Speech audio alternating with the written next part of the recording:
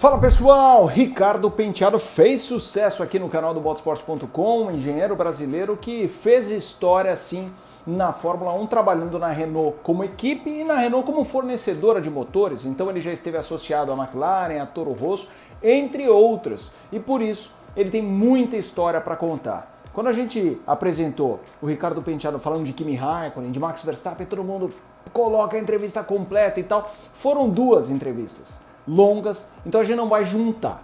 A gente vai apresentar em duas partes. Então eu estou chegando com a primeira parte, em que ele conta um pouquinho da história dele, a chegada à Fórmula 1 e fala mais sobre os pilotos com quem trabalhou na perspectiva de um engenheiro.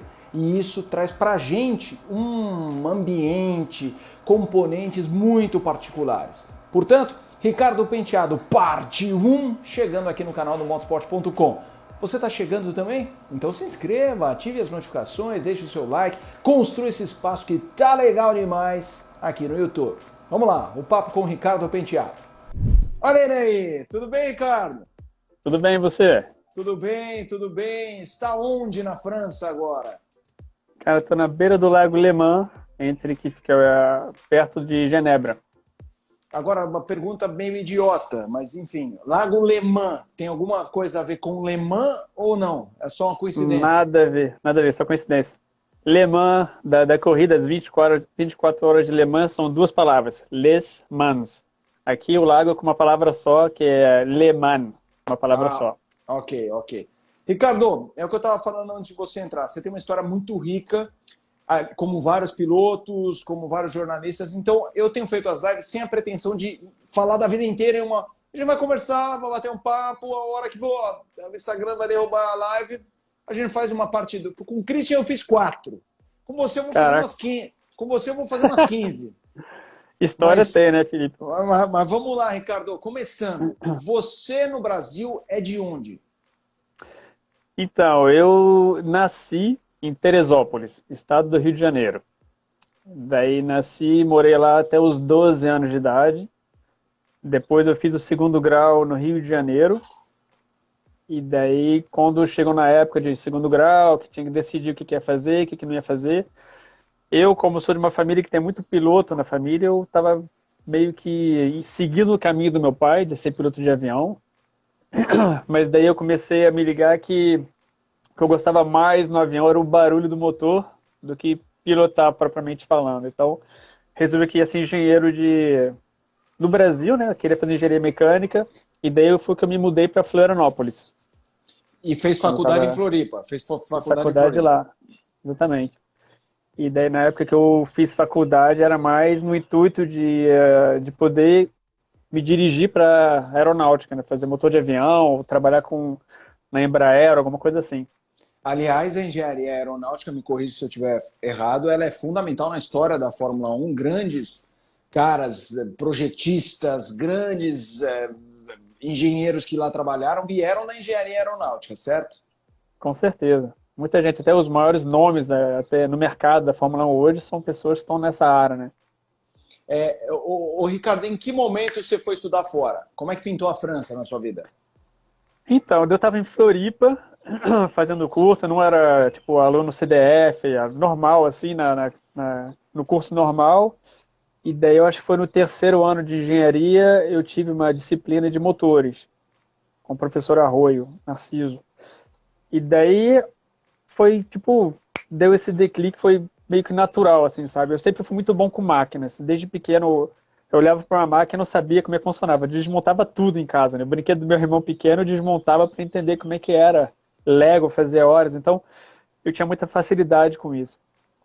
E daí, quando eu comecei essa matéria de motores com o professor Arroio, eu me senti muito bem, assim, sabe? Gostei muito da matéria. Daí ele falou, pô, Ricardo, você fez tão bem, faz optativa, né? Para aprofundir mais o estudo na área de motores. Daí eu acabei fazendo, e foi nessa mesma dinâmica, assim, foi muito legal. Gostei muito da matéria. E daí foi até esse professor que me propôs de pegar um estágio fora do Brasil, nessa área, né, de motores. E daí a gente fez uma cartinha para pedir estágio na Renault, acho que foi em setembro de 99. pedindo estágio, né? E daí nada de resposta, nada de resposta. Daí eu comecei a procurar alternativas no Brasil, para a Embraer, para outras empresas que tem em Santa Catarina, que eu gostei muito da região de Santa Catarina. E daí, um dia, a gente tinha até começado o meu estágio, recebi uma carta dizendo, bom, Ricardo, você foi aceito para um estágio na França, daqui a 2 semanas tem que estar em Paris, em tal lugar, tal hora. Daí eu Uhum. falei, pô, não tinha, eu parei de estudar francês, não sabia falar nada, sabe? Tinha pego umas cassetes da minha mãe para poder escutar e aprender, né? Mas já tinha esquecido essa proposta de estágio. E daí liguei pro meu pai na hora e assim, pai, meu pai era piloto da Varig. Falei, pai, descola uma passagem aí para Paris. Mas o que você vai fazer em Paris? Você não fala francês nem nada? Eu disse, não, não. Apareceu uma proposta lá na Renault, eu tenho que ir. E nessa época eu nem tinha assim. Eu sempre fui apaixonadíssimo por Fórmula 1. Mas nesse estágio nem foi assim mais. Nem tinha ainda essa ideia de ir para Fórmula 1 nessa fase, assim, sabe? Era mais para poder ir para fora do Brasil, aproveitar uma experiência, conhecer a Renault, ver como é que era morar na França e tal, né? E em que momento deu esse clique? Existe o momento da paixão, aquele bateu o olho, pintam coraçõezinhos ao lado da sua cara e você fala, cara, em que momento passou um carro de Fórmula 1 na sua frente e você falou, cara, é com essa mulher que eu quero casar? É esse aí que é o ponto, cara. Então, isso aconteceu. Então, eu cheguei na França. Daí comecei o estágio na Renault, não falava francês nem nada, mas já vi que a cultura, o lugar, a Renault, a fábrica, era alguma coisa que eu queria ficar mais do que 6 meses. Então eu já comecei a procurar uma alternativa para fazer meu estágio super bem e pedir indicação para poder achar um jeito, um emprego, um estudo, alguma coisa. E daí, meu, dá para fazer histórias assim de 3 horas falando sobre esse meu ano de 2000 quando cheguei na França, que foi muita assim coincidência, sorte, mas ocasiões assim que eu consegui pegar assim, né? Mas pulando já para essa tua questão, eu tinha conseguido uma bolsa de estudo para fazer um mestrado em motores aqui na França, mas no intuito de poder trabalhar como engenheiro de motores no instituto que tem aqui na França, que era muito bacana. Era um Disneylândia para mim, era um corredor assim. De cada lado do corredor tinha bancos de prova de motores, assim, da Peugeot, da Citroën. Na verdade, é um instituto que aluga e que oferece banco para fazer pesquisa e tal. E eu falei, é aqui que eu quero começar a minha carreira, né? Que é o paraíso aqui. E daí comecei a fazer esse mestrado de motores e tinha até um outro brasileiro, amigão meu, que estava nesse curso comigo, e até outros amigos e tal. Daí a gente resolveu ir para manicure. E eu sempre fui apaixonado, falando de novo, né, em Fórmula 1, mas é aquela coisa, né? Fórmula 1 tá lá, eu tô aqui, tipo, eu não sabia ainda é, se seria fácil ou não de chegar lá, né? E daí, o que aconteceu? Chegamos em manicure, sexta-feira à noite ou quinta-feira à noite, não me lembro exatamente qual era. Eu sei que a gente acordou de manhã, assim, aquela madrugadinha, sol levantando, aqui o sol levanta muito cedo na França, daí fui andar e cheguei na arquibancada ali, na saída da Estoril, entre Estoril e Adelaide. E tava lá tranquilo, olhando o sol, escutando os motores dando partida e tal. Cara, daqui a pouco, você lembra dos V10, né? Você trabalha com V10, né? Trabalhei, trabalhei. Então, eu tava lá e daí começou a miar, cara. Tranquilo, assim, o que é isso? Cara, daí veio o Rubinho com a Ferrari dele. E quando ele acelerou, que ele faz... daquele grito assim. Caraca, eu nem tinha o dedo na orelha, sabe? Eu falei assim, que é isso? Deu aquele...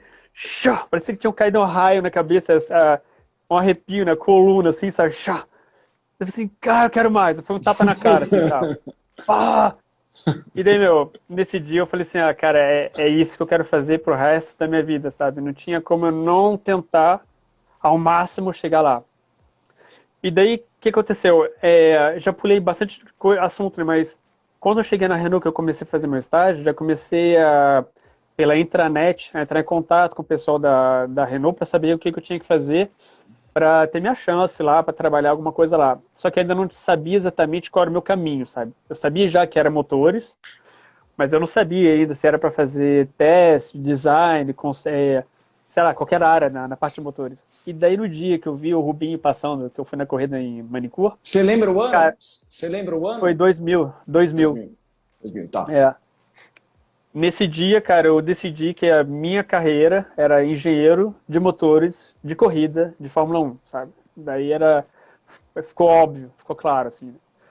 Daí comecei a me dirigir para esse lado, sabe? Comecei realmente a me concentrar muito na parte de preparação de motores. Até no instituto onde eu fazia o meu mestrado, o diretor ele sabia que eu queria ir para a Fórmula 1, então eu já fui bem focado, assim, né? E daí quando eu tive a sorte que a Renault tinha acabado de comprar a Benetton nessa época, tive a sorte também que a Renault estava se instalando em Curitiba ainda nessa época, então eles estavam com muita vontade de pegar engenheiro brasileiro. E até como a da Federal de Santa Catarina, ela é muito conceituada, né? Eles estavam realmente querendo, tipo assim, eu consegui a bolsa relativamente fácil, né? Para esse mestrado. E daí, quando a Renault, que tinha acabado de comprar a Benetton, estava procurando engenheiro para fazer teste em banco de provas, eles ligaram para esse instituto, porque na parte de motores da Renault, dos engenheiros, quase 50% fazem esse mestrado aqui na França, que é o melhor, assim, na área de motores, né? Uhum. E daí ligaram para lá para perguntar se tinha algum aluno com perfil corrida. Daí o diretor, na hora, mandou meu nome. E eu também passei 2 semanas escrevendo um e-mail para o Jean-Jacques Is, na época, para pedir para ele, falei, ó, acabei meu mestrado na área de motores, o que eu tenho que fazer agora para um dia ser engenheiro de teste da Renault para alcançar o cargo de engenheiro de corridas. Eu mandei esse e-mail para ele na sexta-feira, cara, tipo 8 da noite. No sábado, às 6 da manhã, ele me respondeu, cara. Sabe, no dia seguinte, assim, daí, meu... falando assim, talvez não seja muito tarde, a gente está procurando alguém para justamente ser engenheiro de testes aqui com a gente. Então foi isso, cara. Daí foi assim que começou lá. Eu lembro que uma vez eu te levei na Rádio Jovem Pan para você dar uma entrevista lá e você contou essa história pré-Fórmula 1, seu estágio. Se não me engano, você morava num apartamento, meio como uma república. Tinha um monte de história maluca. Cara, esse ano foi muito louco. Então, Foi... conta alguma, conta alguma. A gente morava no Muquifo. A gente chamava o lugar, era Muquifo. Então foi assim, ó. Eu cheguei na França, não tinha nada, assim, não sabia falar francês. A gente tinha um salário aqui na França de estagiário que era de equivalente a 5.500, né? Dava uns 700 euros por mês, assim, sabe? Era merreca, assim, sabe? Não era nada. E qual o problema? Em Paris, ou na região de Paris, onde era a Renault, você não consegue alugar apartamento se você não tiver um visto francês, sabe? Que é o titre de séjour, que é a carta para poder ficar aqui na França, né? E daí, meu, ninguém queria alugar apartamento pra gente com um visto de 6 meses só, sabe? A galera ficava com medo. Pô, o cara vai ficar aqui, clandestino, não tem dinheiro, não sei o quê. Então a gente não conseguia alugar nada. E daí, um amigão meu que já chegou uma semana, 2 semanas, quase um mês antes de mim para um estágio na Renault, morava num lugar, cara, que a gente chamava que era a República Sueca. Mas eu não vou explicar por quê. Tá bom, fica... Mas era... Sei, ok. Era um lugar onde só tinha gente que não tinha visto para morar na França. Então tinha um andar assim que era só os africanos, sabe? Era o segundo andar assim, era só africano. Então, galera que não tinha papel, que veio da África, que ia exílio, sei lá o que, morava ali. E o andar de cima era só o asiático.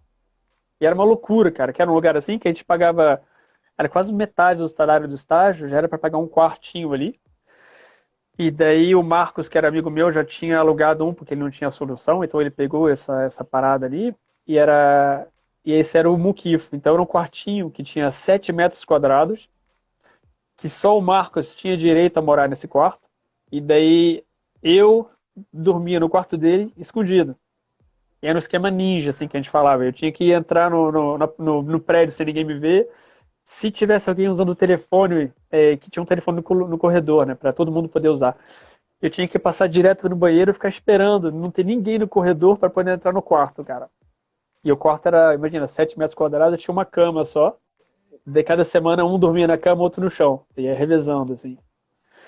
Então foi perrengue, mas eu acho que esse tipo de atitude que forma, né? Que forja, não sei se falar isso em português, mas que mostra que a gente estava com vontade de fazer, né? Isso, exatamente. E eu acho que agora é a hora interessante de entender. Você mandou e-mail e tudo mais. Quando foi o dia um do Ricardo Penteado na fábrica de Fórmula Um? Que ano foi? Como é que foi? Você lembra? Você imagina que você lembra desse dia? Lógico. Como é que foi o dia um? Então, daí eu mandei esse e-mail para a Renault, para o Jean-Jacques, pedindo para o que eu podia fazer para trabalhar lá. Daí ele transferiu meu e-mail para outras pessoas da Renault, e eu fiquei aguardando notícia, né? E daí eu recebi um e-mail me convocando para uma entrevista lá. Daí passei a entrevista lá, foi até com um amigão brasileiro meu, Juca, foi comigo lá para dar um apoio. E, meu, a entrevista foi sinistra, porque na época eu não falava ainda francês muito bem. Então eu ficava meio com medo de não entender, sabe? Francês é complicado, né? E daí era um chefão da Renault da época, Jean-Pierre Menhat. Cara muito legal, assim, mas o cara muito sério, assim, sabe? Muito fechadão. E tinha outro engenheiro também que era responsável pelos testes de monocilindro. Porque para desenvolver motor de corrida, você tem o primeiro. Você faz teste em monocilindro, né, que é um cilindro só do V10 na época, ou do V8 depois.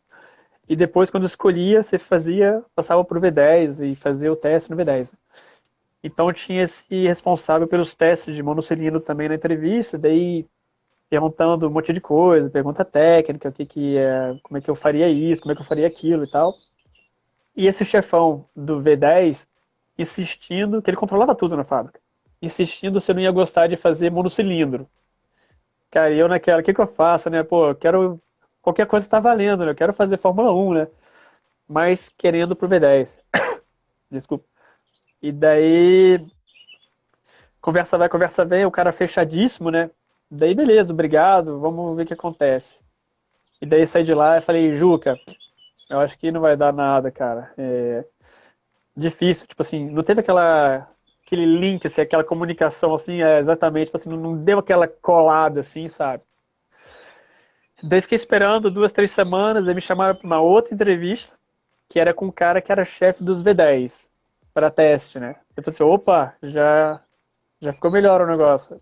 Daí passei a entrevista com ele, daí ele perguntou muita coisa mais sobre o meu comportamento, que sobre minha competência técnica, assim, sabe? Não sei se foi porque foi esse cara que ligou para a escola, não sei se ele já tinha muita resposta técnica do meu lado, mas ele ficou muito intrigado com como é que seria um engenheiro brasileiro no meio da francesada dele, assim, sabe?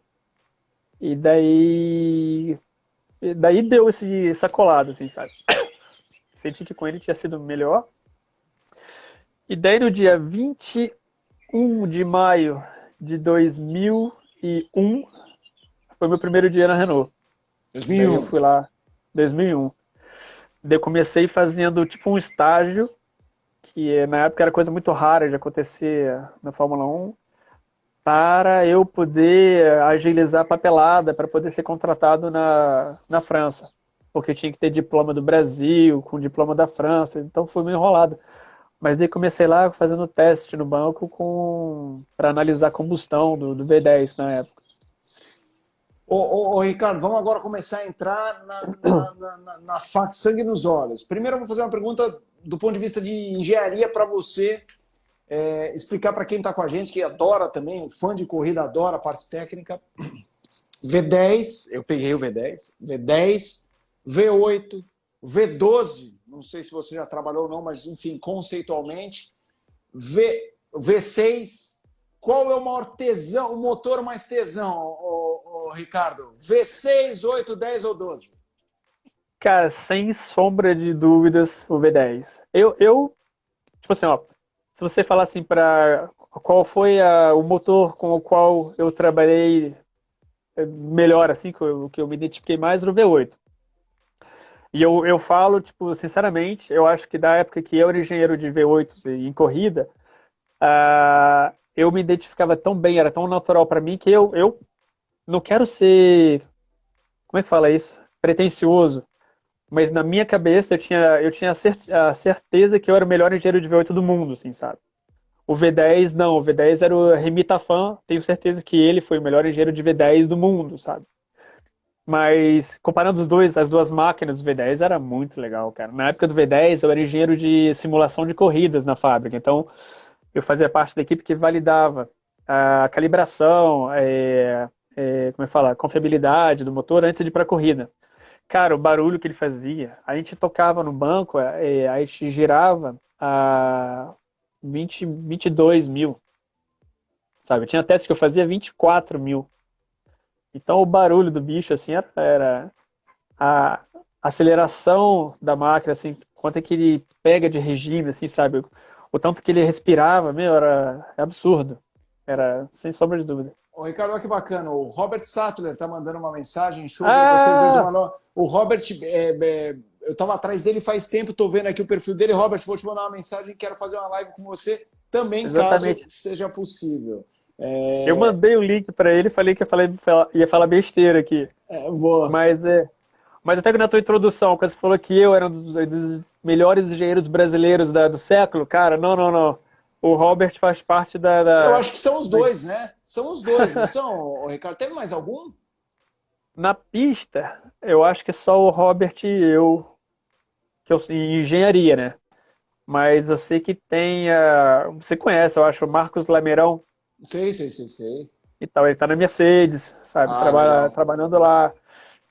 Na própria Renault, em Viry-Châtillon, tem outros brasileiros. Tem em Enstone, na fábrica, tem brasileiro também. Tem um moleque de São Paulo que tá na Mercedes também fazendo estratégia. Então, ele não tá ainda em todas as corridas, mas ele vai para umas Pô, corridas. que Então, tem legal. uma galerinha. Que Aham. legal. Então vamos lá, o V10 é essa sua paixão, essa fissura.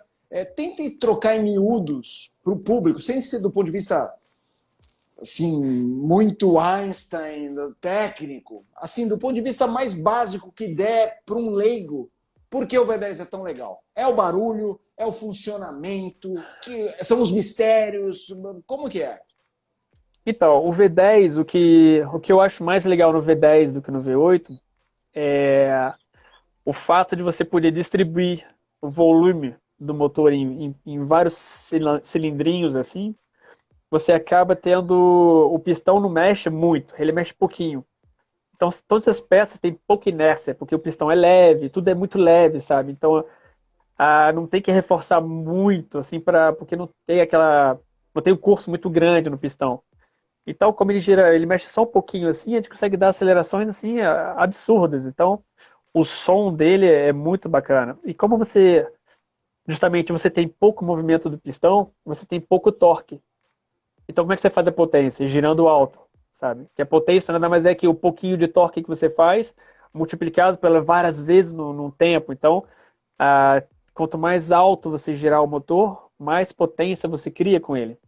E era isso que a gente fazia com o V10. Então, e daí que acontece? Com os escapamentos abertos, motor atmosférico, e girando alto assim, pô, Indianápolis, a corrida lá era absurdo. Monza, quando você via passando o V10 gritando a quase 19, quase 20 mil a gente fazia em Monza, o som é muito legal. Ricardo, reza a lenda que você estava na Renault quando houve o bicampeonato do Alonso 2005-6, que aquele era um ano que foi quando começou essa história de não ter um motor por corrida, acho que se não me engano era o motor tinha que durar umas 2 corridas, eu acho que eram Duas corridas, é. e daí eu me lembro que quando o Alonso ganha o GP da China, que era já na parte final, ele já era campeão em 2005, era meio que não ia ter outra corrida. Aquele motor era para aquela corrida e depois, se não me engano, teve um teste que foi o Lucas de Grassi que fez esse teste. Foi antes, é. Meu, aquele talvez seja o símbolo máximo da perfeição do V10. É isso? Exatamente. É isso mesmo, Felipe. É que era Como assim, foi? naquela época a gente desenvolvia muita peça. E motor atmosférico, né, e do jeito que a gente fazia, era muito, muito. Você ia no banco, testava e ia fazendo evoluções, evoluções, evoluções. Só que daí que acontece? Tinha equipe dos testes de performance que comparava as peças e falava: essa aqui era boa, essa aqui é boa, essa aqui é melhor do que aquela, e vai dando peça para a galera que faz a endurance, que é enduro, né? Que faz a confiabilidade. Que era o que eu fazia. Daí vai e toca ali e faz o motor andar ah, o equivalente de tipo 25% a mais do que ele faria na pista, sabe? E daí, se a peça aguentar, validada para duas corridas. Se não aguentar, bota ela na prateleira, sabe? E daí foi assim, a gente foi testando um monte de coisa, tinham peças que funcionavam bem, tinha durabilidade boa, era corrida. E daí o que aconteceu? Chegou no final do ano, cara, a gente olhou assim, tinha uma prateleira que tinha um monte de peça que aguentava uma corrida e meia, uma corrida e 8, assim, quase duas corridas, mas não aguentava duas. E daí, como o Alonso já era campeão, e essas peças a gente testou de novo e confirmou que ela conseguia fazer pelo menos uma corrida e meia, vamos botar lá, cara. E daí foi até eu que fui testar com o Lucas de Graça em Jerez, chamava o Spec E, era esse motor. Cara, era absurdo, absurdo. Não sei se era, não sei exatamente se era 30 cavalos a mais, mas era absurdo. E daí não foi a lenda, então foi verdade, esse motor existiu. O melhor motor de todos os tempos do V10, né? Ricardo, você tem uma frase para descrever piloto, agora eu quero entrar em piloto, porque o que eu acho muito legal é que os engenheiros, eles admiram, eles respeitam os pilotos, e assim, eu nunca vi, quando eu ia te consultar, podia ser um piloto super mal avaliado no grid, eu nunca te vi falar mal de piloto, muito pelo contrário, você dividia os caras entre assim, um gênio, muito bom, rápido, sim, nenhum ali é um cara sem talento, um cara que caiu de pá. Todo mundo ali tem velocidade, a diferença é que um tem uma visão um pouco macro tal. E você define os pilotos com uma frase que eu uso, sempre acredito a você, que é aquela coisa assim: o piloto tem a capacidade de transformar o segundo em elástico. Ele consegue dar uma elasticidade ao tempo. Então, o que pra gente acontece assim é que nem o filme do Matrix. O cara vai tomar um soco. Exatamente. Tomar soco a gente faz assim. O piloto olha para você, olha aqui, né? É um tempo diferente. É isso. Assim, tenta descrever um pouco isso na prática dos pilotos em geral, essa velocidade, rotação deles que é diferente. Então, para voltar ao que você estava falando, nenhum piloto de Fórmula 1 é rodadura. Não tem essa. Para o cara estar lá, o cara pode falar à vontade que é filho de não sei quem, que pagou isso, que não sei quem botou dinheiro. Os caras sabem tocar o carro, não tem essa. Depois é óbvio que tem uns caras que são mais batalhadores, os outros que chegaram lá 100% pelo mérito, ou até não chegaram lá por falta de patrocínio, mas todos lá são bons. Daí o que muda, eu trabalhei com muito piloto diferente, então eles são todos muito diferentes. Tem até completamente diferentes, pode ser. Mas a verdade é que uma das coisas que a gente pode usar para avaliar a pilotagem deles é essa capacidade de dilatar o tempo, né? Por exemplo, até o Irvine fez uma entrevista que foi muito bacana, onde ele falava disso também. Ele usava, a palavra dele era resolução. E é mais ou menos a mesma coisa. É tipo assim, ó, ele falava que quando ele dirigia, que ele chegava assim no ponto de freada em Monza, 300 por hora, ele conseguia ver as coisas se mexendo com uma resolução, assim, uma definição de imagem de tipo 10 metros, sabe? Então ele tentava sempre frear ao mesmo ponto, ele via a placa ali e a resolução dele era de 10 metros. Outros pilotos que eram melhores do que ele, era mais na faixa de 5 metros, sabe? E dele falava, o Michael, por exemplo, ele correu com ele, deve estar na faixa dali dos 4 metros, e o Senna, para ele, é 2 metros, sabe? Ele fala que a diferença que ele usa entre os pilotos. Isso eu acho muito interessante. Até uma vez eu queria te perguntar do Alonso. Porque eu peguei o Alonso ali em 2005, 2006, e claro, ele tem as dificuldades dele, ele não é uma pessoa fácil, mas para mim ele é maior até do que 2 títulos. Assim, dos que eu vi o Alonso, eu vi coisas assustadoras. E eu lembro que eu perguntei uma vez para você, Ricardo, descreve a genialidade do Alonso no cockpit para um engenheiro que trabalha com ele e fala, nossa, o cara não fez isso. Eu até me lembro de algumas histórias, mas eu vou jogar para você. Se por um acaso você definir de forma diferente, eu até vou lembrar o exemplo que você me contou. Mas define o Alonso enquanto genialidade como piloto do cockpit e você ali na retaguarda falando, meu Deus. Então, eu acho que, para voltar de novo, todos os pilotos são bem diferentes, sabe? E eu acho que até que para a galera que aí do Brasil, um bom exemplo de dois pilotos que eu admiro, que eu acho gente boa pra caramba, além de serem bons pilotos, é o Bruno Senna e o Nelsinho Piquet. Completamente diferentes como eles trabalham com a gente, assim, sabe? Então você consegue perceber pontos bons que ajudam a trabalhar. Tipo, a gente se adapta. O nosso trabalho também é de se adaptar ao piloto. Mas o Fernando, ele não era o melhor de todos. Tipo assim, ó, ele não era o cara mais rápido de qualificação. Ele não era o cara que entendia mais do motor. Não era o cara que entendia mais da caixa. Mas ele tava, tipo, 99% em tudo, sabe? Ele não era o 100% em nada, mas era 99,5% em tudo. Então, é impressionante trabalhar com ele na parte técnica. E eu acho que você deve lembrar esse exemplo que foi Budapeste. Você lembra dessa corrida, não? Qual 2000, delas? 2009. 2009? Eu lembro É, da. Ah, essa corrida eu não lembro bem porque foi do acidente do Massa. Então eu fiquei entre hospital e pista, então eu não me lembro direito dessa corrida.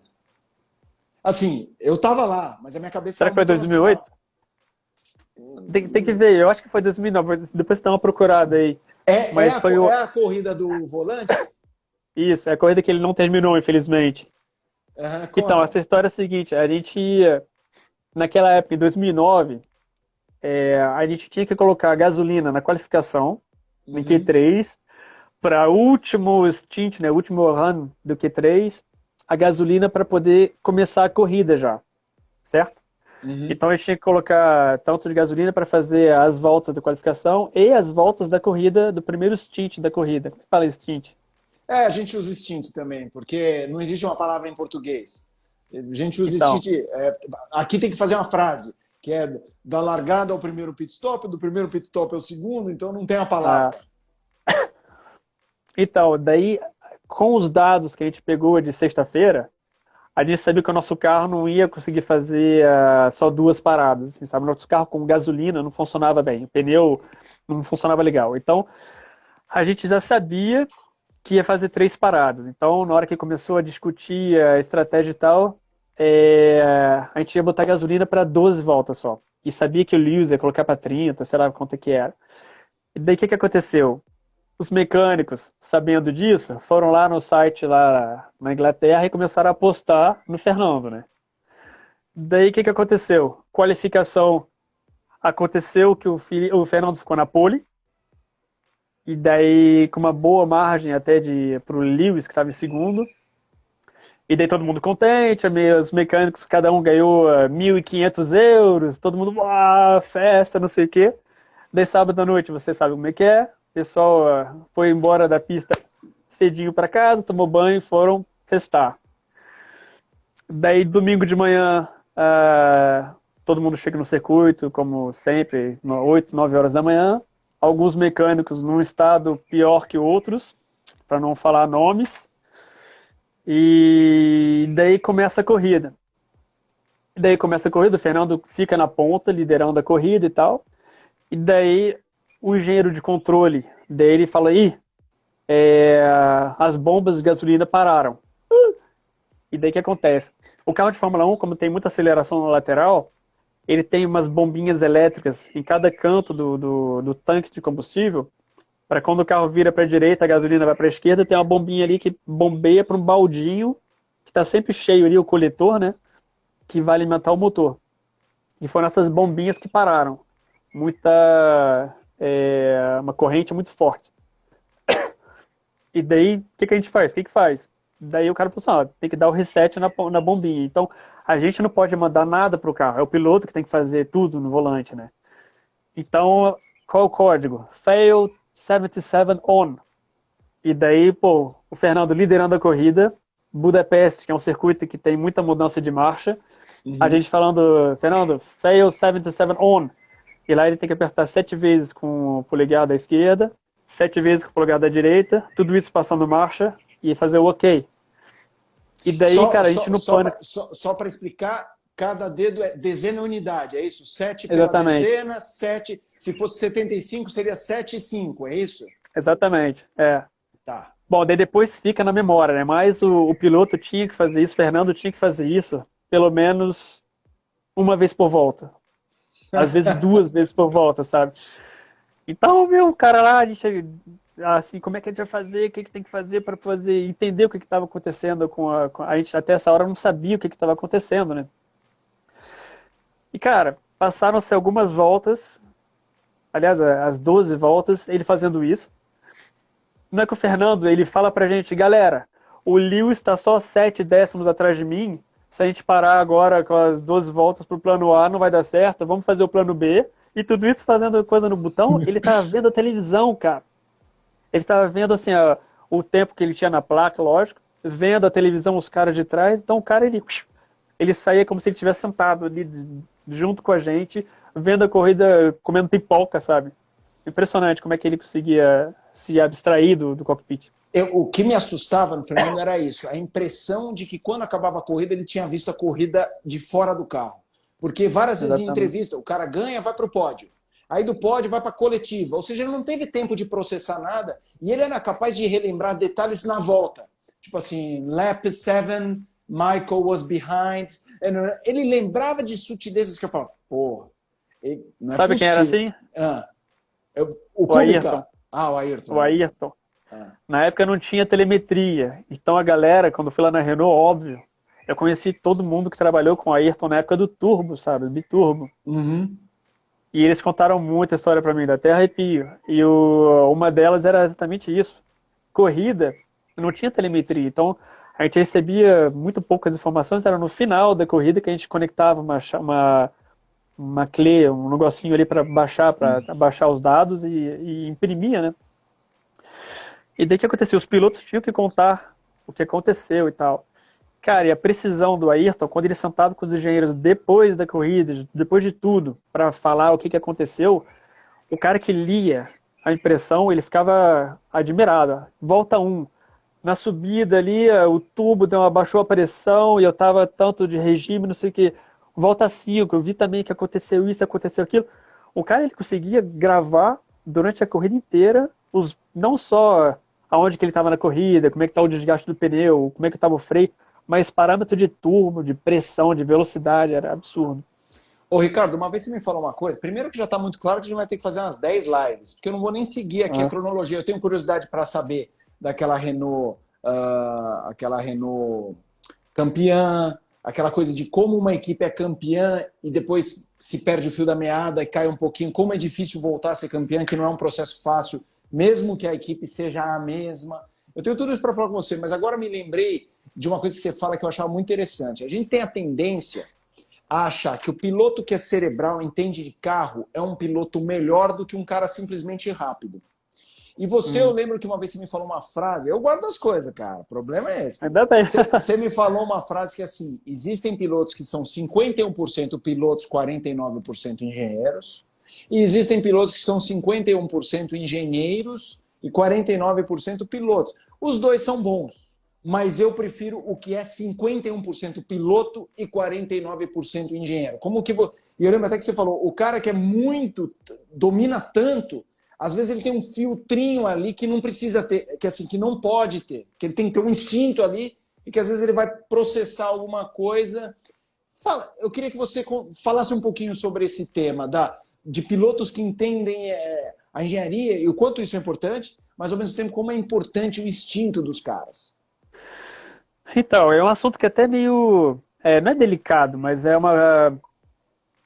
Tipo, eu não quero julgar, não é nem julgar mesmo, não quero comparar ninguém com ninguém, mas é bem claro que a diferença entre o Bruno Senna e o Nelson foi muito nítida, assim. Nelson é um cara que tem, geneticamente, ele tinha todos os sensores muito afinados, assim, sabe? Eu conversando com o Nelson, até foi muito legal, eu tive a chance de conversar horas com eles em 2008, e também você percebe que esses caras, assim, eles têm os sensores tão evoluídos que você bota ele no simulador que mexe, assim, o cara vomita, sabe? Porque os sensores estão vendo que a imagem não condiz com o que está medindo e tal. Então são os caras que têm um talento natural, assim, que desenvolve até durante o karting, que desenvolve na infância e tal, que são, assim, fora do normal, sabe? Nelsinho, pum. E depois tem o caso do Bruno Senna, que pela situação da familiar, né, ele se distanciou um pouco do automobilismo numa fase criança, onde ele não desenvolveu os sensores da mesma forma que o Nelsinho, por exemplo. E daí, quando ele voltou para o automobilismo, ele tinha um pouco menos esse feeling que o Nelsinho desenvolveu em toda a fase do kart dele. Só que o Bruno, quando não estava no automobilismo, o que ele desenvolveu? Ia para a escola, estudava, educação. Então, ele... Não estou falando que o Nelsinho não fez nada disso, mas o Bruno fez muito mais. Então, o Bruno tinha uma competência intelectual, técnica, muito, muito boa, assim, sabe? Já falaram palavrão aqui. E daí, o que acontecia? Ele era capaz de compensar a falta de alguns sensores, assim, a precisão de alguns sensores, olhando os dados, estudando, comparando volta, sabe? Trabalhando. Então, e o Bruno é muito fera, no sentido nesse lado. Ele, quando terminava assim, o treino, ele sentava comigo e falava: Rico, essa curva, o motor estava dando uma falhadinha. E daí, nessa aqui dá para fazer tal correção, a gente pode fazer isso. Meu, engenheiro motor, assim, sabe? Ele entendia do que eu falava com ele. Eu dava opções para ele, ele sabia escolher, sabe? Ele entendia do negócio. Beleza, acabou. Ele ia pro lado ali, mudava de cadeira, caixa de marcha, e taca ali pau. E vamos fazer isso com o diferencial, vamos fazer isso com a balança de freio, com não sei o quê. Pulava a cadeira, e daí, sabe assim, muito bom tecnicamente. Então, depois de julgar o que é melhor, o que não é melhor, não tem, eu acho que nem é o fato, assim, nem é a questão, né? A gente tem que se adaptar. Mas é verdade que, para comparar coisas mais atuais, entre um Daniel Ricciardo, que é completamente Nelsinho, sabe? Ele, tudo no instinto, com um cara como Nico Hülkenberg, que é mais lá do Bruno Senna, o Lucas de Graça, que a gente chamava ele na Renault El Computador, porque o Lucas é fora de série, em parte mental, assim, técnica, né? Dá para ver bem a diferença. Então, o que acontecia? O Daniel, quando chegou na Renault, a gente perguntava para ele coisas assim: aí, como é que era na Red Bull? Temperatura de pneu? Como é que você, quanto tempo antes fazia isso, fazia aquilo e tal?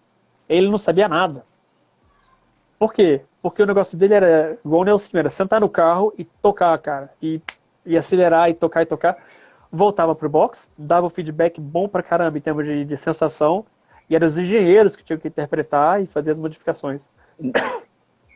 O Nico Hülkenberg, muito profissional, muito dedicado, ele conhecia o catálogo do carro de cabeça, sabe? Então ele voltava pra garagem, ele não falava assim: a frente tô perdendo a frente do carro. Ele falava assim: tem que trocar a barra e botar a barra mais mole, sabe? Ele já falava o que tinha que fazer, sabe? Porque ele já... Mas os engenheiros lidam bem com isso? Gostam, ou às vezes ele cruza uma fronteira? Então, às vezes dá conflito. Tá. Às vezes os engenheiros tentam, porque tem vários modos de fazer o carro, o setup, né? Então, às vezes o engenheiro, com a informação do cara do pneu, ou com a meteorologia, ou sei lá o quê, eles já têm mais experiência, porque eles fazem isso há vários tempos. É o trabalho dos engenheiros, né? Então, eles falam: vamos fazer tal coisa. E às vezes o Nico falava assim: não, tô sentindo que é mais isso, vamos fazer tal coisa. Então você perde um pouco de tempo nessa decisão. E outras coisas que são, às vezes, que é complicado, é tipo assim, a estratégia de corrida. Mesma coisa, sabe? É óbvio que pilotos que entendem de corrida, é muito importante o feedback deles, sabe? Ainda mais em termos de desgaste de pneu, você vai conseguir fazer a briga com tal pneu, levar até tal volta, não sei o quê. Só que às vezes o Nico, ele ia muito pro lado matemático. E até Interlagos, coitado, ele poderia ter feito o pódio dele lá, quando o Carlos Sainz, que largou em último, acabou chegando no pódio, mas ele insistiu para não pegar a estratégia que a gente queria colocar para ele e ficar com uma outra estratégia que era do Daniel, que acabou não dando certo, né? Então, esse é um bom exemplo, que era melhor o cara ter deixado os outros decidirem por ele, do que ele acabar metendo o bedelho, né? Sim, o Ricardo, você falou uma coisa muito interessante do Ricardo. Eu respeito muito o Ricardo, gosto demais dele. Agora ele está indo para a McLaren e tal. Torço muito para que ali dê certo. Então, baseado no que você falou, assim, o cara pode até não ter a compreensão macro do carro, saber catálogo. O mais importante é ele ter esse talento de saber dar o feedback. Então, assim, o importante é ele conseguir colocar os engenheiros no carro com base no que ele fala. Olha, ele não sabe exatamente o que está acontecendo, mas ele sabe dizer, ó, a traseira na curva 4 está saindo, na curva 7, quando eu saio... É isso que é muito importante no trabalho do piloto, com engenheiros?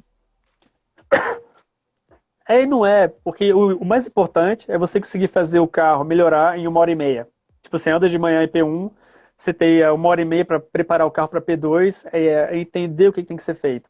Depois, depende da relação do piloto com o seu engenheiro para fazer isso acontecer. Então, e a gente, mais uma vez, os engenheiros se adaptam ao tipo de funcionamento com o piloto. Mas uma coisa que é óbvia e que eu acho que é até mais importante do que ser engenheiro, ser instinto natural e tal, é ser inteligente para poder fazer nem sei como é que fala essa palavra em português, priorização. Existe isso, não? Fazer a Dar prioridade. prioridades. Saber priorizar. Priorizar.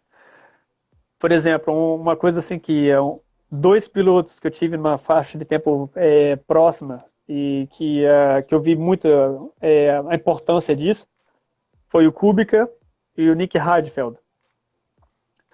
O Kubica, ele fazia a volta, ele entrava na garagem, ele falava 3 coisas, sabe? Falava assim, ó, o freio, tem que fazer isso, a aerodinâmica e o motor, ou a caixa. E não falava mais nada. Quando ele ia quando acabava o treino, que ele ia para a sala dos engenheiros, e lá ele falava mais coisa. Nick Heidfeld, ele fez uma volta de instalação, Jerez, Valência, não sei qual era o circuito. Cara, ele fez uma volta de instalação, ele voltou pro box, o freio, o hálito do mecânico, o para-brisa, ou não sei mais o que, a cor do botão, e blá, blá, blá, blá, blá, blá, blá, blá, blá. E, foi falando tanta coisa, que daí você fala, peraí. A gente tem que sair da garagem daqui a 5 minutos. Por onde a gente começa, sabe? Então, isso é muito mais importante o cara saber, ó, é o freio que vai me dar 1/10. O resto é 10 centésimos, sabe? Uma besteira aqui. 10 centésimos é 1/10, né? Mas coisas assim, sabe? Saber dar a ordem certinho nas coisas. Tem uma pergunta aqui, eu tenho mais perguntas nesse tema, mas até para trazer as perguntas, o Bruno, os setups numa mesma pista serão sempre diferentes? Ou seja, pelo fato de o ano seguinte ser um carro novo, os dados não servem mais ou os dados do ano anterior funcionam como parâmetro? Funcionam. Isso a Fórmula 1 ela é muito repetitiva, assim, sabe? Acontece todos os anos, a gente já faz, como é que fala? Por exemplo, Barcelona pra gente é referência. Então, Barcelona a gente realmente é o nosso gabarito. Então, por exemplo, a gente faz os testes de Barcelona no inverno e daí compara o carro com o ano passado e com as evoluções que a gente fez para o ano para saber se as evoluções deram certo. E daí a gente vai ver quanto é que o carro está andando mais rápido do que o ano passado e quais são os probleminhas, quais são as variações, sabe? A gente estava esperando tal coisa e consegue comparar um ano com o outro. Daí não muda muita coisa, mudam poucas coisas. Não é como se você tivesse um carro que agora vira Mônaco, antes era Monza, sabe? Não, é muito próximo. E daí o que acontece? Você vai à primeira corrida na Austrália. Daí, para ir para a Austrália, você usa Barcelona, ou a diferença dos 2 anos de Barcelona você aplica em Melbourne já. Então você transfere essa diferença para Melbourne e o carro já dá uma avançada. Daí você vai fazendo isso. E para simulações... É como se o Barcelona fosse o meridiano de Greenwich em relação aos fusos horários, é isso? Você muda de um ano para outro, compara, Barcelona com 2020, com Barcelona 2019, e aí você pega Melbourne 2019, como era em relação a Barcelona, para traçar tipo essa escala. Exatamente, exatamente. E daí você sabe posicionar, por exemplo, em velocidade máxima, velocidade de curva. Então tudo que você ganhou ou perdeu em Barcelona de um ano para o outro, você consegue aplicar esse offset para as outras corridas. Uhum. Mas voltando ao Ricardo, cara, eu gosto muito do Ricardo, achei ele muito engraçado, um cara figuraça. Ele, primeiro, ele é um cara legal mesmo, e assim, você acha que ele está no nível de ponta da Fórmula 1 atual? É porque muita gente coloca Hamilton, Verstappen, agora o Leclerc, e o pessoal acha que o Ricardo não está muito nesse patamar. Como é que você descreve um pouco, se você não quiser entrar nessa avaliação, pelo amor de Deus, mas descreve pra gente como ele opera. É muito interessante, porque ele parece meio. Tipo assim, ele é trabalhador, mas não é assim. A impressão que ele dá não é de um cara que é muito sério, sabe? Até com. Ele trabalha e treina, sabe? Não tem problema nenhum. Mas não é, tipo assim, eu que trabalhei com Kubica, com Bruno e até o, acho que até o Kimi dava uma sensação um pouco diferente. Eu não senti, eu não sei se é porque ele já estava, eu não quero ir para uma área Claro, meio claro. obscura aí, sabe? Mas eu não senti a implicação dele no nível técnico tão forte quanto eu esperava, sabe?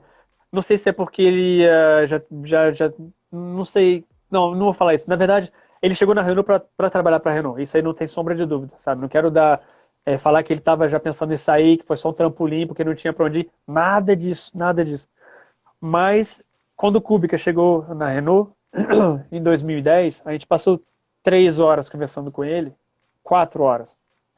E, meu, o cara contava muita coisa pra gente, como é que eram nas outras equipes pelas quais ele correu, sabe? E dados técnicos muito importantes, assim, até do motor, até da caixa, assim, não era assim espionagem, nada disso, é coisa que ele podia falar, mas, Uhum, assim, muito interessante, muito rico, sabe? uhum. E com o Daniel já não foi mais, não foi assim, sabe? Eu ficava esperando mais, que ele trouxesse mais coisa da Red Bull pra gente, e acabou que não teve assim esse feedback esperado. Só que o cara tem um talento natural que tá lá, sabe? O cara é talentoso pra caramba, sabe? Ele consegue fazer acontecer assim uma volta, ele consegue fazer em corrida, ele tem uma inteligência de corrida muito bacana assim. Mas eu vou falar que não sei por que não seria o meu piloto preferido, sabe? Tá. Um cara que eu queria te perguntar, que também está em alta nesse mercado, e você trabalhou. Aliás, quando a Renault está em outra equipe, como é uma Red Bull, como foi uma Red Bull, como foi a McLaren, vocês, por causa do motor, acompanham ou não? Tá aqui o Ah, motor e sim, se com vira. certeza. Então eu vou te perguntar de um cara que eu acho que você conhece tanto na Renault como na McLaren, que foi o breakout dele, que foi o Carlos Sainz, que agora foi para a Ferrari. E tem muita gente que achou um absurdo, que não tá à altura da Ferrari e tal, vai lá para ser o segundão no Leclerc. Fala um pouquinho do Carlos Sainz. Cara, o Carlos, ele já é um cara que eu boto mais fé nele do que no Daniel, sabe?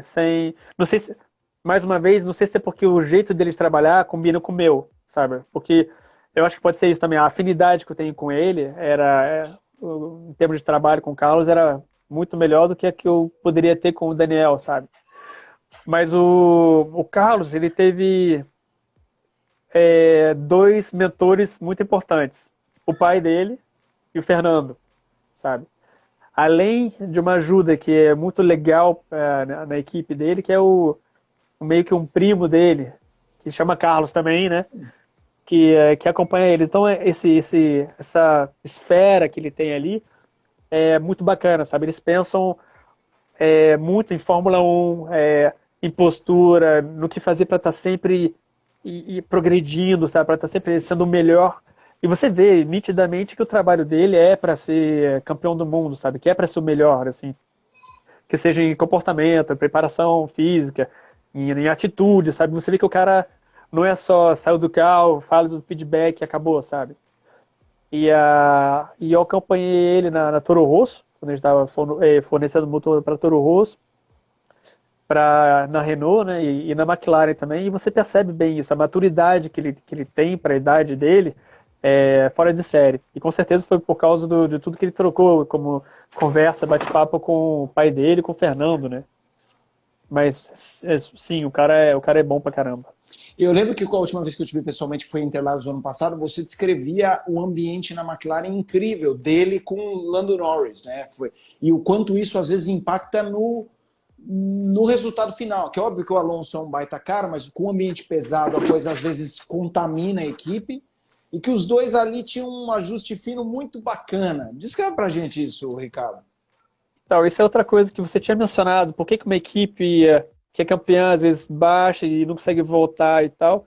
São muitos parâmetros. Mas eu acho que uma das coisas que aconteceu com a McLaren é do fato de ter o Fernando, que sem sombra de dúvida, um dos melhores pilotos das últimas décadas, e ter a Honda, que infelizmente o motor não funcionava bem.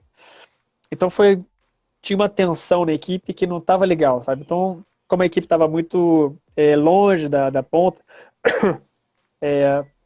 bons engenheiros foram para outras equipes, bons mecânicos foram naturalmente para outras equipes, então o nível operacional da McLaren baixou, sabe? Eu vi coisas que aconteciam em pit stop, em treino, assim, em Barcelona, pô, muito triste, assim, sabe, para uma equipe desse tamanho. E eu acho que esse ambiente foi pesando muito, sabe? E quando chegou o Carlos e o Lando na equipe, deu aquela ufa, acabou aquele peso monstro que todo mundo tinha nos ombros, assim, sabe?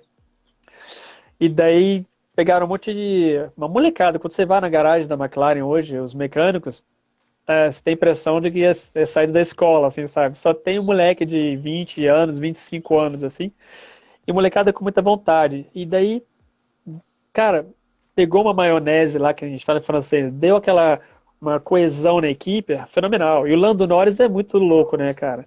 Ele e o Daniel, não sei qual é o mais maluco dos dois, mas ele é muito humano, cara, e muita gente boa. Você sabia que domingo, quando acaba a corrida, os meca e os engenheiros, todo mundo desmonta a garagem, né? Os pilotos fazem debriefing às 5, 6, 7 da noite e já vão embora, né? O Lando, cara, ele desmonta a garagem com a galera. Ele pega a empilhadeira e leva a caixa para levar para os containers, sabe? O cara mistura com os mecânicos. Então, e não é calculado, ele é assim. Então, o que acontece? Quando tem esse tipo de relação, o mecânico, cara, se tem um problema no carro, o cara ele vai trabalhar 1000% para resolver o pepino, sabe? Ele não quer deixar o piloto dele, que ele aprecia tanto, com um problema assim, sabe?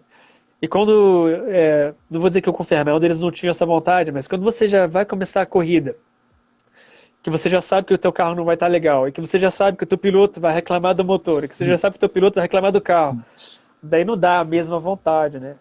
Então a emulação que teve entre o Carlos, o Lando e a equipe McLaren foi muito legal. Eu acho que vai ser difícil segurar a McLaren nessa espiral que eles estão agora. Você falou desse negócio da McLaren e tal, e ao longo da entrevista você foi falando de outros. En passant, que agora eu queria jogar uma... Eu sempre fui muito fã do Kubica. E para mim é um pecado que aconteceu com ele, porque para mim ele estava na testa dele, assim, sabe? Champion alert, sabe assim, uma hora esse cara só precisa bater aqui. Aquele ano de 2008 que o Hamilton e o Massa brigaram pelo título e ele com a BMW um tiquinho abaixo ficou na bunda dos dois a temporada inteira. Para mim aquilo foi absurda, aquela performance. O Kubica de fato é um fora de série ou é um muito bom, muito, muito bom, mas não é um fora de série? Cara, o Kubica, ele era melhor do que o Fernando Alonso, cara. Eu posso falar isso porque eu trabalhei com os dois. E eu sei que ele tinha uns 100% em umas áreas que o Fernando estava 99%, sabe? Então, o bicho com certeza, ele teria ido para a Ferrari e eu acho que ele teria lutado pelo título lá. E com certeza também eu garanto, eu tenho praticamente certeza que em 2012 e 2013 ele teria lutado pelo título com a Renault até o final, ou teria sido campeão com a Renault até o final. Porque, não sei se você lembra, 2011, o ano que infelizmente ele ficou fora da Fórmula 1 por causa do acidente, A gente tinha o Vitaly Petrov E o Heifeld? e o Heidfeld. E fala sério, quando você pega um cara que já estava fora da Fórmula 1 e que ele faz um pódio na Malásia, é que o carro tá bom, né? Então, Sim, sim. E se não me no- engano, na corrida seguinte, o Vitali fez outro pódio. Foram na dois, né? Austrália, foram Isso. dois, sabe? Pô, o Kubica teria ganhado as duas corridas, sabe? Em 2011, a gente tinha um motor que estava muito bom, a gente tinha uma tecnologia que a gente tinha o escapamento para frente do carro, e esses dois pilotos não sabiam utilizar isso, cara. E o Kubica, ele mesmo fala engine master. Pô, ele era bom pra caramba em motor. Eu teria conseguido fazer uns mapas com ele, que eu fiz.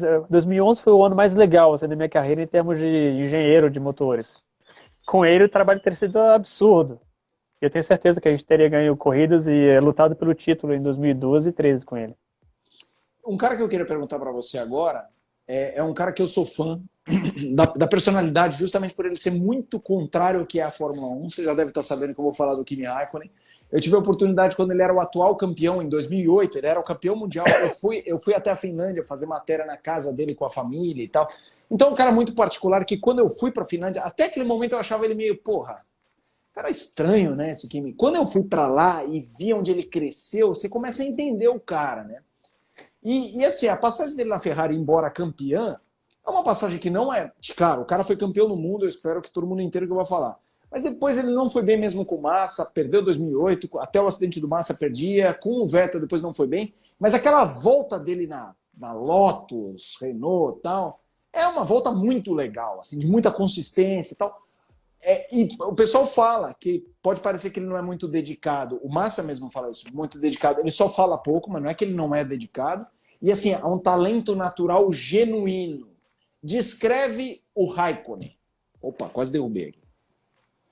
O Raikkonen teria sido 8 vezes campeão do mundo se ele tivesse nascido 20 anos antes. Sabe? É, O cara. Na época eu tinha ele e o Romain Grosjean, ok? Eu era engenheiro do Kimi, e eu também já era chefe da Renault na época, mas eu tocava o carro do Kimi e tinha o Romain que era no outro carro. E era assim, ó, essa é até uma boa metáfora para você usar. O Fórmula 1 é um avião de caça, ok? O piloto tem que estar bem integrado com a máquina, tem que saber os botões, tem que pilotar bem e tal.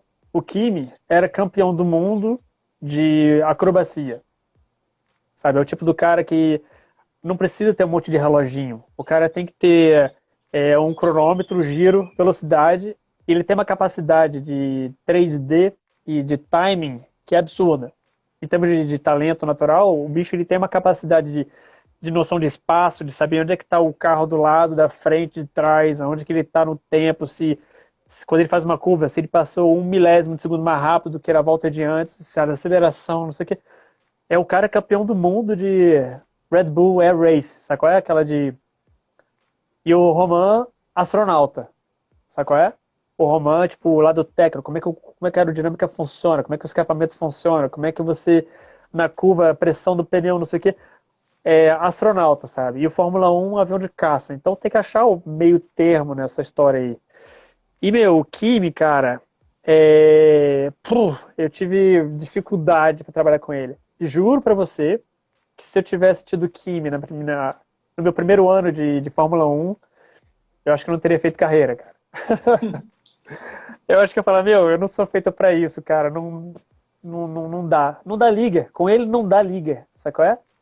O, a primeira vez que a gente que ele andou na Renault, a gente botou ele pra andar escondido em Valência. peraí, que história é essa? Como assim escondido? Ele não podia ainda? Não, é que a gente foi antes de assinar o contrato, antes Ah, de tá. oficializar, a gente fez um teste sem falar pra ninguém, né, em Valência. E, meu, o cara não vem no dia da instalação, sabe? Não vem assim pra discutir como é que o que tem que fazer, não sei o quê. Ele chega no dia de andar no carro, ele nem vem no caminhão pra falar com a gente, ele vai direto pro carro, pra garagem, capacete, não sei o que e tal. E você, peraí, como é que eu vou fazer os meus testes? Tipo, se Fórmula 1 não é só aperta no botão, liga e sai, sabe qual é? E daí tinha que fazer, na época, tinha que fazer, controlar o nível de óleo na frente da garagem, para saber se tinha que botar óleo ou não no carro pro dia inteiro. Meu, daí eu falei assim, bom, ele deve ter conversado com o engenheiro dele, né, de Race Engineer, né, que é o cara que fala com ele no rádio e sabe o que tem que fazer, né? Mas não, cara. Daí eu falando assim, fala pra ele fazer um engine tracking. E daí, que? Não, não sei fazer isso. Fala pra ele fazer tal coisa. Que? Não, não, depois eu faço. Daí parou na frente da garagem, fala pra ele fazer um nível de óleo. Daí o cara apertou no botão pra fazer transferência de óleo. Eu, caraca, que é isso, cara? E assim foi, durante algumas corridas até. Melbourne, primeira corrida dele. Qualificação. O cara entra em Q1, tira o capacete. Ah, meu capacete. Tira o capacete. Daí o engenheiro dele falando, blá, blá, blá, blá, blá, blá. Só que ele não estava escutando nada. Daí volta o capacete de volta. Daí ele fala, a asa dianteira, você não falou nada, eu não coloquei nada. Era pra ter colocado. Sabe, umas coisas assim, tipo, não preparado, sabe? Preparação zero. Daí a gente fala assim, faz tal coisa no volante, cara. Ele não sabia como é que funcionava o volante. Eu fiquei indignado, tirei foto, ele saiu da qualificação, ele ficou em Q2, nem sei qual era o lugar que ele ficou em Melbourne, na qualificação. Ele saiu, foi aonde a gente trabalha, com um volante, um cara pegou um volante, falou assim, vou te explicar como é que é o volante. Eu falei assim, meu, a gente tá na Austrália, cara, é corrida, não é treino. Como é que o cara não sabe como é que funciona o volante, cara? Eu fiquei indignado. Mas é o jeito dele trabalhar. Tipo assim, não é que ele seja não trabalho, seja desleixado, é que ele espera a gente ir atrás dele pra falar, sabe? Fala aí. Não, mas então a sua primeira frase foi: se ele corresse 20 anos antes, ele seria 8 vezes campeão do mundo. Com certeza. Basicamente o que você está falando é: há 20 anos que tinha menos elementos, aquele pure race ali, aí ele é foda. Imbatível. Mas com todos esses elementos, ele não é que nem se perde, ele nem se interessa para fazer, é isso? Ele nem sabe que existe. No sentido, se você não for atrás dele e falar assim, ó, coloquei isso no volante para você fazer tal coisa, sabe? Não é ele que vai pegar a informação. Isso você, mesmo até quando você explica assim e tal, leva um tempo de adaptação. E, pô, o cara fez várias coisas de Fórmula 1 antes de voltar pra gente. Largada em Melbourne. A gente dá aquela volta de formação, né? Formation lap. Apresentação, né? No Brasil fala, né? Volta de apresentação, é isso. Cara, todo piloto de GP2, principalmente, né? F2, sabe que se você chegar com o motor muito quente, você vai perder potência. Para proteger o motor, vai ter coisa estranha que vai acontecer. O engenheiro coloca para proteger a máquina, né? Cara, o Kimi já saiu queimando o pneu. Não se fala pra ele parar com isso. Meu, o motor, cara, a gente chegou no grid 160 graus na água, descer uma válvula de pressão, né? A válvula, ela abriu, só que o fluxo a pressão era tão violenta, era tão quente que a válvula, ela não liberava suficientemente para a pressão voltar ao normal. A FIA foi me ver, reclamar, Ricardo, a pressão tá muito alta, que a gente não pode ficar em cima de 4,7 bar, né? Ele subiu para 6,5 bar, assim, de pressão de água, sabe? E, meu, o motor ainda bem, era bom pra caramba, ele chegou em 7º ou 8º, sabe? Fez uma baita de uma corrida, marcou ponto, mas daí a minha parte, a adaptação para trabalhar com o Kimi foi difícil, cara. Levou 10 corridas para ele saber que o meu nome é Rico. Eu não me chamo Alfredo, Rodolfo, sei lá o quê, Rico. Ele me chama e virava e falava assim, Engine. Como é que ele... Não, então foi difícil. E Rico dá quase um nome finlandês, né? É Kimi Mika Rico, pô. Rico, pô. Só que para terminar com uma impressão positiva, porque o cara ele é muito gente boa também, várias coisas que mostram que o cara ele tem um caráter diferente, mas que ele é muito sangue bom. Por exemplo, ele teve uma corrida, não sei qual foi, que ele pulou numa zebra e ele tem um problema nas costas desde a Malásia, de 2003, eu acho, que ele bateu forte. Então ele teve esse acidente, daí a gente estava numa corrida, não sei qual era, e daí a corrida seguinte era na Índia, eu acho. Ou Coreia ou Índia, sei lá. E daí ele veio no escritório, hello, ele não apertava a mão de ninguém. hello, hello, hello. Foi falar com o engenheiro dele, não falou comigo, nem com o engenheiro de controle. Tchau, bye, bye, bye, bye. E sumiu. Assim, porra, ok. Kimi. Daí eu saí pra tomar água e ele tava na geladeira pegando água pra ele também. E com fone, igual você, assim. Daí eu bati no ombro dele e falei assim, e aí, como é que tá tuas costas? Cara, ele fez assim, ó, pluk, pluk, tirou o fone. Ah, as costas tá bem, eu vi uma massagista que me botou as costas direitas, depois eu já fui pra casa de um amigo meu na Alemanha, a gente foi fazer motocross no meio da floresta, cara, eu fiz uns pulos de 5 metros, depois a gente fez churrasco, não sei mais o que. Meu, blá, blá, blá, blá, blá, blá, e outro cara, sabe? Só Aham. que aí eu percebi que o Kimi não é um cara fechado, chato, ranzinza. Não é isso. Só que o cara tá lá para trabalhar, ele é profissional, ele não tá lá para fazer amigo, para passar tempo, ele tá lá para trabalhar, para tocar, para guiar. Mas se você for até ele, você pedir um pouco do tempo dele, ele dá, sabe? E levou várias corridas para eu entender esse comportamento dele muito atípico, mas o cara, ele é muito gente boa, assim, sabe? Não tem. Ele é só bem diferente, né? Eu acho legal. Eu também acho que o personagem faz bem para a Fórmula 1, mas esse relato foi muito interessante. Três perguntas para a gente encerrar, porque eu teria várias. Por exemplo, fiquei com Ah, muita curiosidade das histórias que o pessoal da Renault falava do Ayrton, um dia você me conta mais e tal. Mas falando. Você falou do Nelsinho já umas duas, três vezes com muita positividade, assim, de velocidade, de talento, aqueles parâmetros que você falou, né, dos chips e tal. E na live que você fez com a Mariana, teve uma hora que você estava falando e você falou meio que assim. O Nelsinho, e a gente sabe bem o que ele passou lá e tal. É, você sabe que o brasileiro, Ricardo, depois de Emerson, Nelson e Ayrton, qualquer cara que vai lá e não ganha, o cara é meio taxado como se fosse ruim. Ou se o cara fala, porque o carro do meu companheiro tem uma peça nova e o meu não tem, ele tá dando desculpa. A coisa do Ayrton criou na cabeça do público que o cara no braço consegue. Se o cara é bom no braço, ele ganha de todo mundo. E a gente sabe que não é assim necessariamente.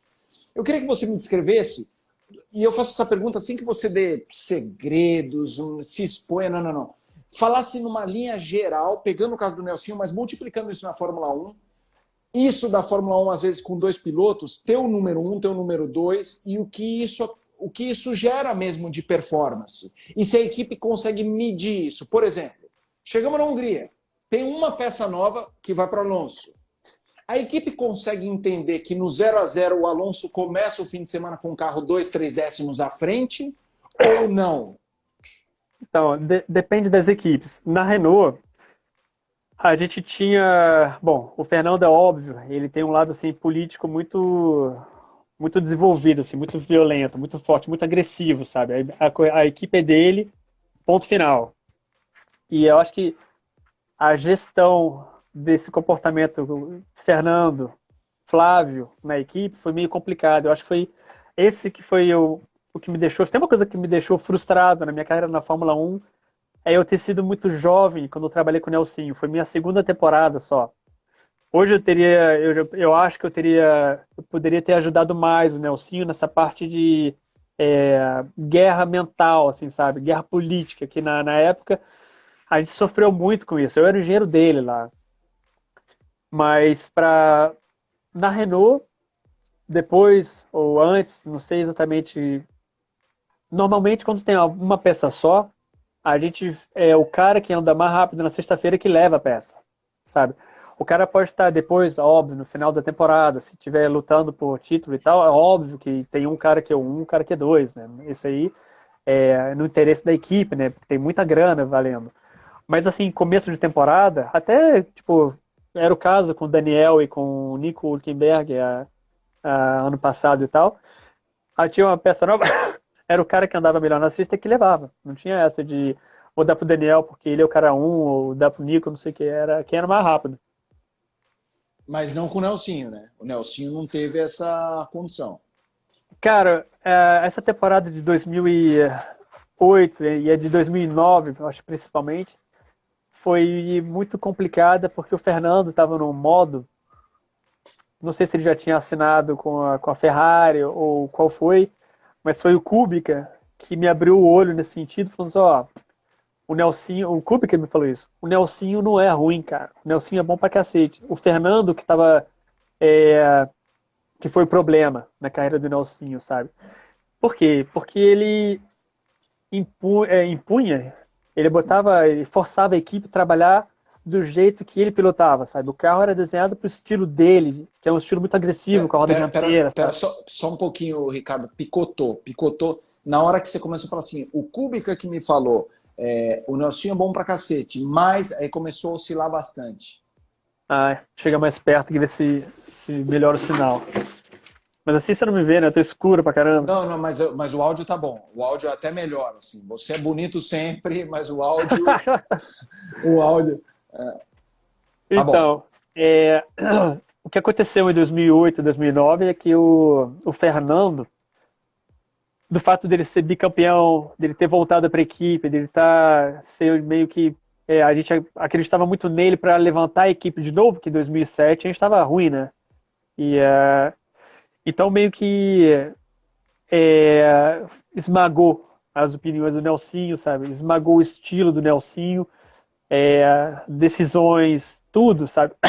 Eu lembro que na época tinha até o Lucas, era piloto de teste com a gente. E às vezes o Lucas dava, tipo assim, a estratégia de largada. O Lucas dava palpite para melhorar alguma coisa, assim, sabe? E o Fernando, não, sabe? Eu faço do jeito que eu faço, é o jeito que eu melhor, o jeito que tem que seguir. Que eu não acho que seja ruim, o cara é campeão do mundo, ele tem essa liderança, né? Mas foi difícil pra gente que trabalhava com o Nelsinho, de ajudar o Nelsinho a mostrar o talento que ele tem, né? Mas você falou uma coisa muito interessante. Você falou que aquele era o meu segundo ano. Se eu tivesse mais rodado, talvez eu tivesse ajudado o Nelsinho nessa, digamos, guerra mental. Disputa, a gente sabe que companheiros trabalham para o mesmo objetivo, mas cada um quer ganhar do outro. Isso envolve engenheiros? Assim, ok, você se dá bem com o engenheiro do outro piloto, mas tem essa coisa da turminha, do trabalho para ganhar do outro lado? Tem, mas de forma sadia. Na Renault, eu que tive a possibilidade de trabalhar em outras equipes, eu acho que a Renault, nesse sentido, ela é muito legal. O esporte prevalece, sabe? Não tem essa de política. Até quando tem, assim, até recentemente, quando tinha corrida e que a gente estava disputando posição no campeonato, a gente falava para os pilotos no domingo: vai para briga. Vocês podem brigar à vontade na pista. Só não vai quebrar os dois carros e ferrar com a Renault, sabe? Então, não tinha essa de favoritismo, de ordem, tipo, quando era na Ferrari com o Rubinho, com o Michael, sabe? Não tem nada disso na Renault. E não tinha também na época do Fernando, só que o lado, assim, de peça, o lado de como é que funciona o carro, como é que era o... Tipo assim, fim de semana de Fórmula 1 não dura séculos, então como é que quando você faz o treino sexta de manhã, vai condicionar como é que você vai evoluir o carro no final de semana. Cara, o Fernando, o Nelson fazia o setup dele, e falou assim, tá bom, acho que é esse lugar aqui. E o Fernando, o carro tá ruim, o carro tá ruim, o carro tá ruim. Chega e vai levando para um lado, assim, chega a qualificação, bum, ele fazia uma volta boa, e só que perturbava o tipo do funcionamento do Nelsinho, sabe? Era um comportamento assim que o Nelsinho não conseguia achar a marca dele, assim, não conseguia impor como é que ele queria fazer o carro dele, como é que tinha que ser o fim de semana dele, sabe? E na época era eu, um outro engenheiro que era o race engineer dele também era novo, o de performance também era novo, então a gente era muito nova para poder apoiar mais ele, sabe? Hoje, se tivesse esses mesmos três engenheiros, se tivesse trabalhando no carro dele, eu acho que a gente teria dado conta de fazer ele mais, tipo, se mostrar mais o talento dele e fazer um fightzinho com o Fernando, sabe? Tá. Bem legal essa resposta. Aliás, numa próxima live eu vou querer que você explique para o público isso. O que envolve de engenharia um carro. Você falou race engineer, engenheiro de performance, engenheiro de motor. Então, depois, numa outra, eu vou querer que você explique bem. Mas para encerrar, Ok. em alto astral, Fala aí. você disse que conversou muito com o Nelson, por exemplo. A gente sabe que o Nelson é um dos maiores gênios da história da Fórmula 1 em bolar. Pô, tem um monte de coisa da Fórmula 1 que ele inventou junto com o staff dele e tal. E um cara que é muito conectado à Renault é o Prost. Então, eu não sei se você teve tem alguma história com o Prost, chegou a conversar com o Prost, mas descreve para a gente como foi Prost e Piquet, alguma história com eles, algum papo que você falou, caramba, que maneiro. Cara, o Nelson, óbvio, muito respeito, né? Muito. Na época que eu comecei a ver Fórmula 1 em 84, ele era. Eu tinha que escolher, tipo, time de futebol, né? Ou era o Ayrton ou era o Nelson, sabe? Então, como meus amigos, tipo, o pai de amigo era Nelson, eu falei assim, ah, não, então eu vou pegar o Ayrton. Sabe aquelas coisas de criança, assim, de o príncipe novo, sei lá o quê, o novo super-herói? E daí, lógico, todo mundo sabe como é que o Nelson é, o caráter, como é que ele fala, como é A personalidade, né? exatamente. Então, eu não tinha aquela. Não era meu ídolo, sabe? Mas, óbvio, tinha respeito pelo cara. E daí, quando chegou na Renault, em 2007, que o Nelson já estava de piloto de teste, que a gente começou a conversar e tal, ele não estava tão presente, mas em 2008 eu comecei a poder falar um pouco mais com ele. E foi na corrida de Bahrein, em 2008, de domingo. Ele estava meio triste com o resultado do Nelson, não sei não lembro o que aconteceu. Já tinha todo mundo ido embora do paddock, ele estava lá ainda. Cara, eu conversei com ele umas 2 horas, 2, 3 horas até. E daí eu falei, caraca, esse cara é muito foda. Desculpa o palavrão, mas não tem outra palavra, assim, sabe?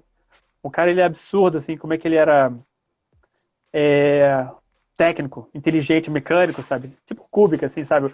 Ele manjava mesmo do carro, assim, sabe? De como é que podia fazer para a regra, sabe? Tipo, coisas que você não percebe, até nem pede muito pro piloto entender, mas o Nelson, você via que ele era um jogo, sabe? O cara dominava todas as regras do jogo, sabe? Era impressionante.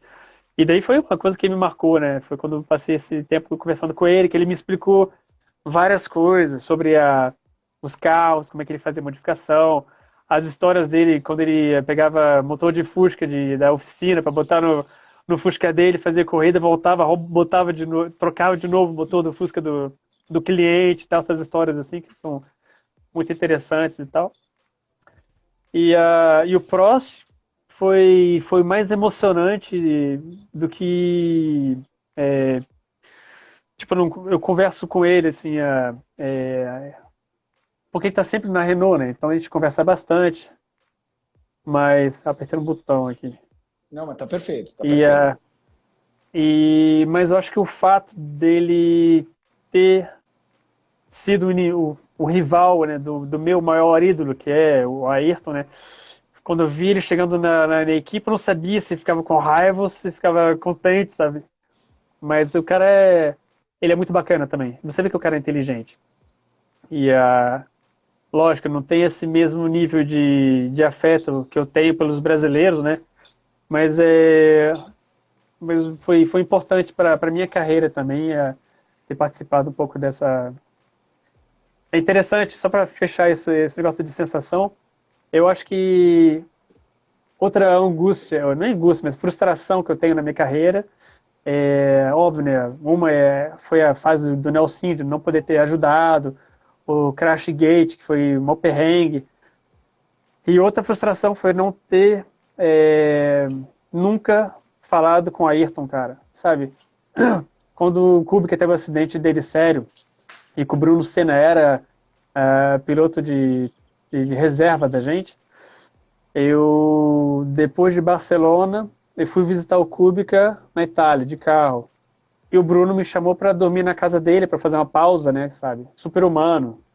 Cara, quando eu entrei no apartamento do Bruno, que eu falei assim, caraca, tô na casa do Senna, sabe? Que eu via objetos do Ayrton, que eu via, sabe, a família Senna. Meu, a sensação é difícil, assim, sabe? É quase emocionante de estar lá, de ter chegado tão perto do seu maior ídolo e nunca ter falado um oi, sabe? Ricardo, foi demais. É o que eu disse. Eu tenho muito mais coisas para perguntar, mas se engatar, a gente não para. Você vai falar, caramba, Felipe, cara, aí você não me atende nunca mais. Uma coisa que a gente pode fazer um dia é uma entrevista só com pergunta de fã, porque daí os caras vão perguntar parte técnica. Ah, como é que funciona esse motor? Vão perguntar aspirado versus turbo, o que é mais legal? Não sei o que, não sei o que, não sei o que. Então, Vamos aí, vamos conversando. Eu sei que você tem mil coisas para fazer, tá pilotando avião e tudo mais. Então, cara, foi demais, cara. Você é um vencedor. Se a gente para pensar, teve menos engenheiro na Fórmula 1 brasileira do que piloto, para ver. É quase um astronauta. Então, parabéns por tudo que você conquistou e vamos falar mais uma vez. Obrigadão, Felipe. Quando você quiser, a gente bate um papo. Agora tem que aproveitar que nessa fase de confinamento até meio de junho, comecinho de julho, eu tenho um tempinho. Depois o pau vai pegar e não vai ter tanto tempo assim, não. Ouvimos as histórias deliciosas de Ricardo Penteado. Em breve, a segunda parte aqui no canal do motorsport.com. Curtiu? Então se inscreva, deixe seu like, comentário. Ali na área de comentários eu estou lendo direto, hein? E tenho pegado como feedbacks para que a gente faça um setup ainda melhor por aqui. Um abraço e até a próxima.